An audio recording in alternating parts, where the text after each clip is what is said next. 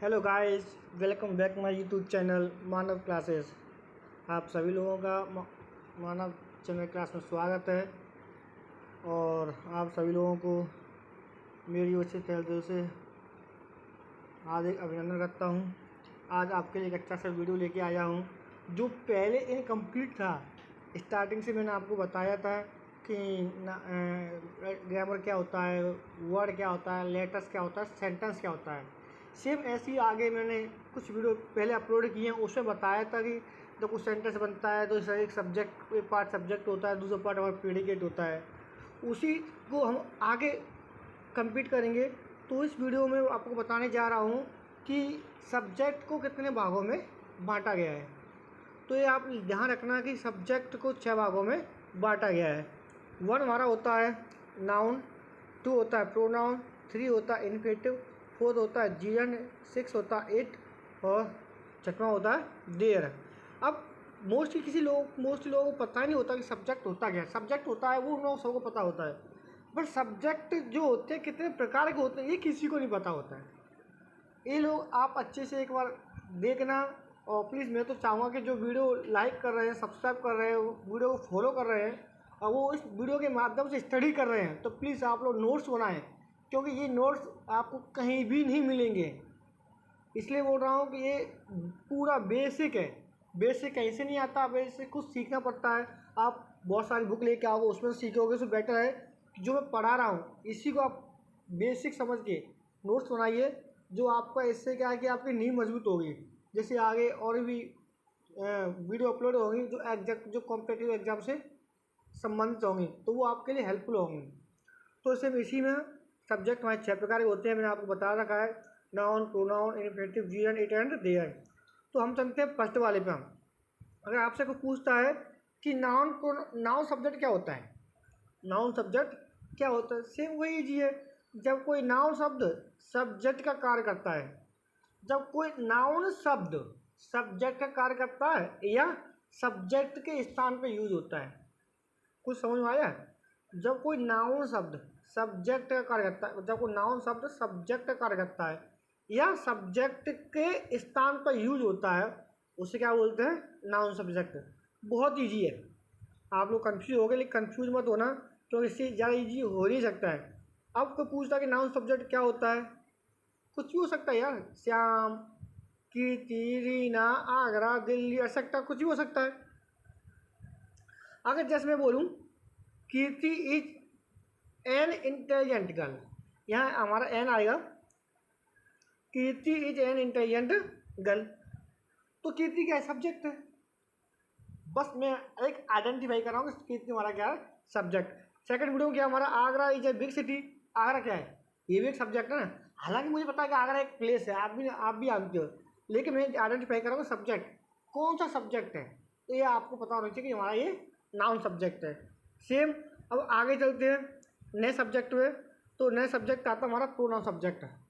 आपको पूछता है कि प्रोनाउन किसे कहते हैं, तो आप अच्छे से बता सकते हो कि वे शब्द जो नाउन के स्थान पर यूज किए जाते हैं। हर किसी को पता है pronoun is a word which use to noun, है कि नहीं? तो अगर आपसे कोई पूछता है कि प्रोनाउन सब्जेक्ट किसे कहते हैं, तो आप इजी पैटर्न में कह सकते हो कि वे शब्द जो नाउन के स्थान पर यूज किए जाते हैं उनको हम प्रोनाउन सब्जेक्ट कहते हैं। जैसे कि I, we, you, he, she, it, they, etcetera.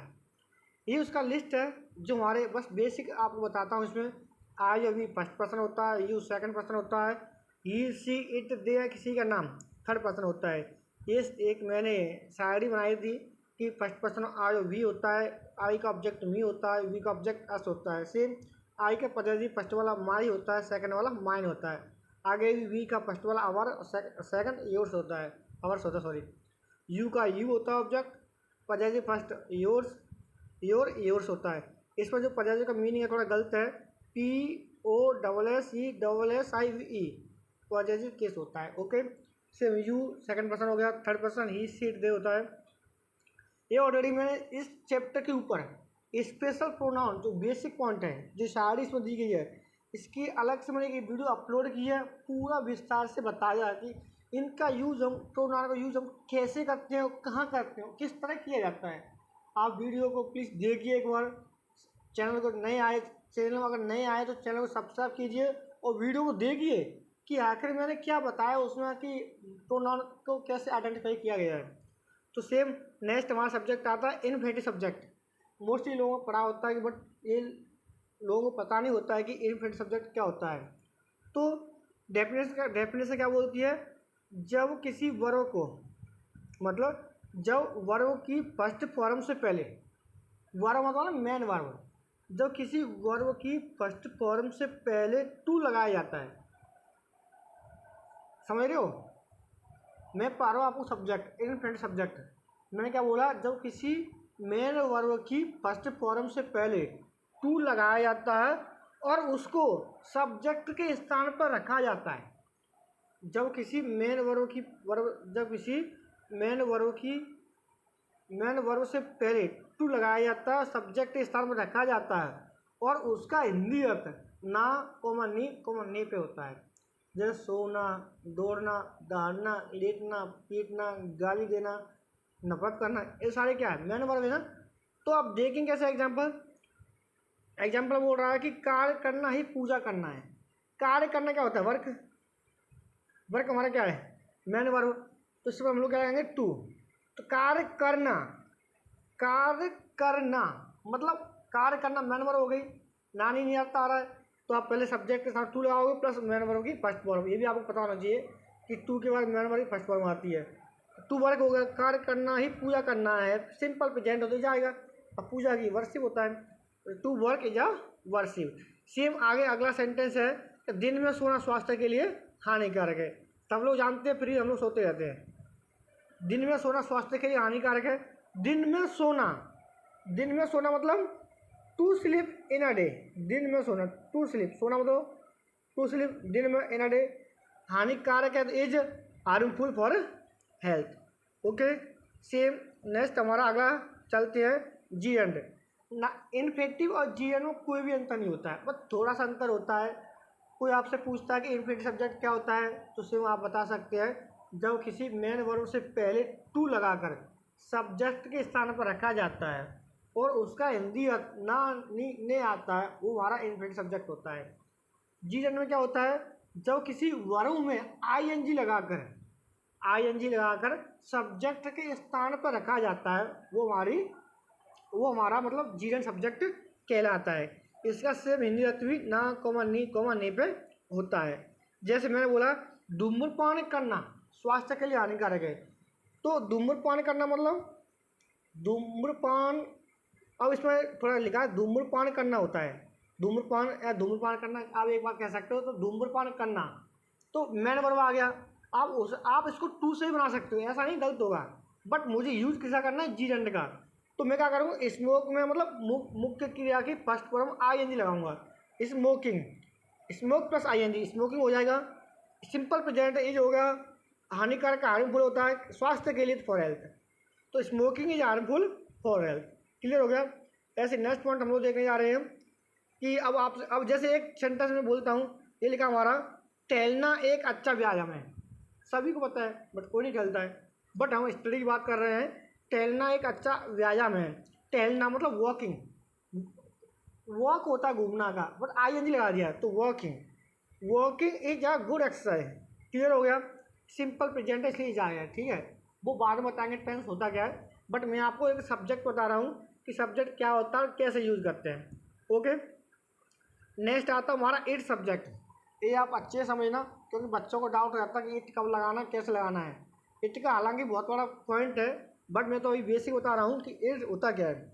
First of all आपको पता होना चाहिए जो इट होता है इसका हिंदी अर्थ क्या होता है, ये है। इट का हिंदी अर्थ क्या होता है, ये है। इट हमेशा सिंगुलर सब्जेक्ट के रूप में यूज होता है, ये भी आपको ध्यान रखना है। इट हमेशा सिंगुलर सब्जेक्ट के रूप में यूज होता है, इसका हिंदी अर्थ ये होता है।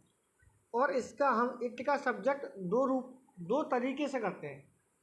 कितने तरीके से करते हैं, दो तरीके से। एक होता है प्रोनाउन के रूप में और दूसरा होता है डेड सब्जेक्ट के रूप में। अब डाउट रहता है कि प्रोनाउन क्या होता है, डेड सब्जेक्ट क्या होता है, तो फर्स्ट पॉइंट हम चलते हैं प्रोनाउन के रूप में।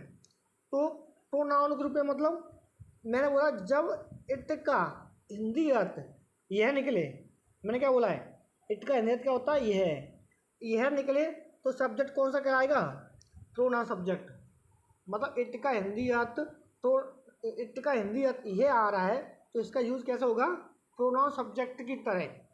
जैसे कि मैंने बोला यह एक पेन है, इट माने क्या होता है, यह होता है, आ गया, है मतलब इसलिए जा है, आप पेन का पेन हो गया, समझ में आ रहा है। तो इट का हिंदी अर्थ यह आता है, तो कौन सब्जेक्ट होता है, प्रोनाउन सब्जेक्ट, मतलब प्रोनाउन सब्जेक्ट हो गया। सेम आगे अगला है डेट सब्जेक्ट। डेट सब्जेक्ट कुछ उसका अपोजिट होता है।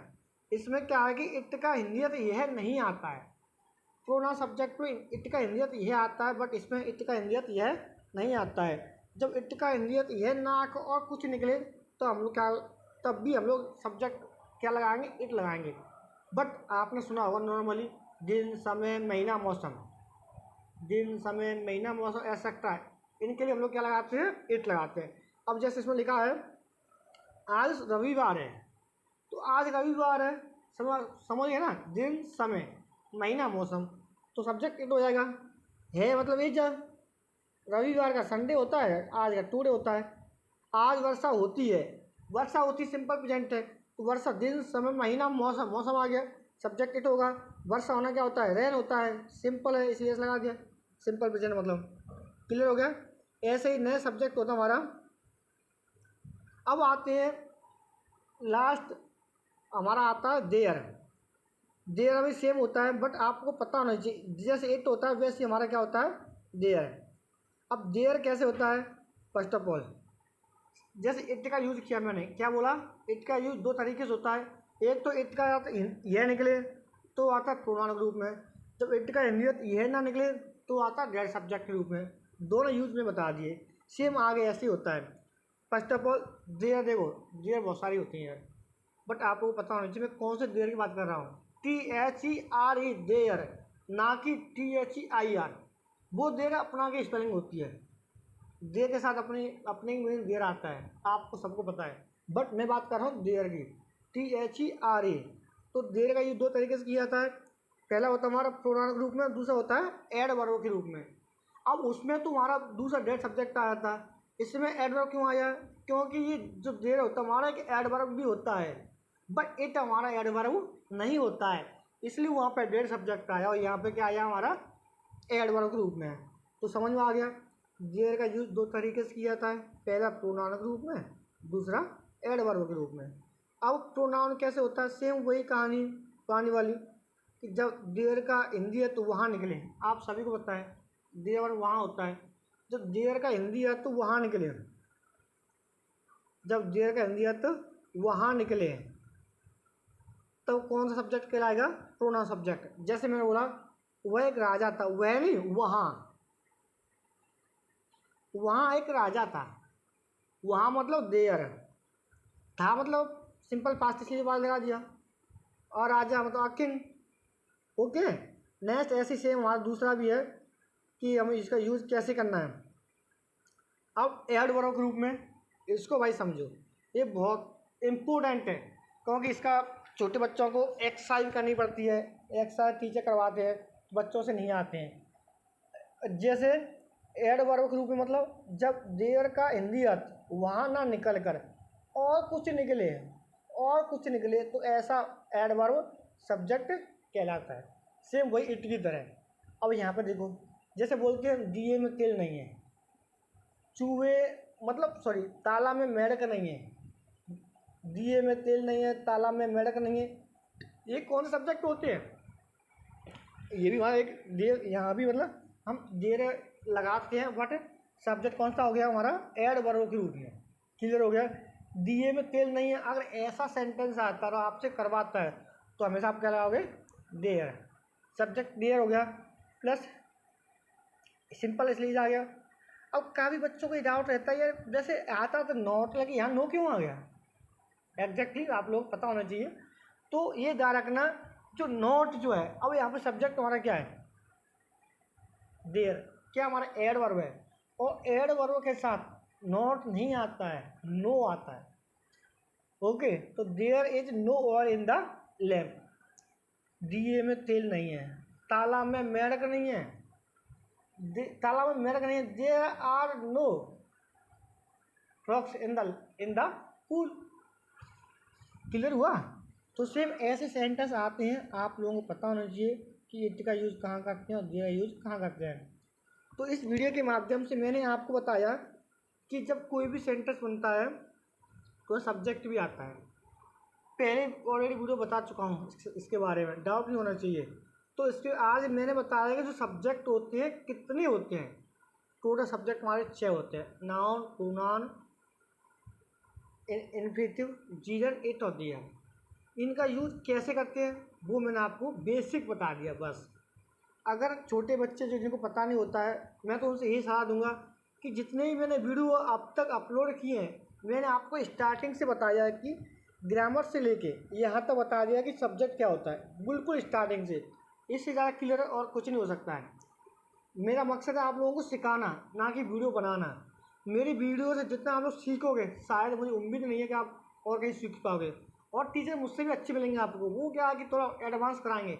एडवांस मैं भी कराऊंगा, बट मैं चाहता हूँ आपका थोड़ा बेसिक जो है वो क्लियर हो जाए। जैसे बेसिक क्लियर होगा, एडवांस कराने में कोई बड़ी बात नहीं है। 2-4 वीडियो अपलोड करो तो एडवांस हो जाता है, तो वो समझ में भी आएगा। जब बेसिक क्लियर नहीं है तो भाई समझ में नहीं आएगा। इसलिए इन वीडियो को जो बना रहा हूँ मजाक में मत लो, समझने की कोशिश करो और पढ़ो अच्छे से, ताकि आप लोग समझ में आए। ओके, अगर वीडियो आपको पसंद आती है तो प्लीज़ लाइक कीजिए, सब्सक्राइब कीजिए, शेयर कीजिए एंड बेल आइकन बटन दबाइए, ताकि नेक्स्ट वीडियो आपके पास सबसे पहले पहुंचे और आप उसको देख सको।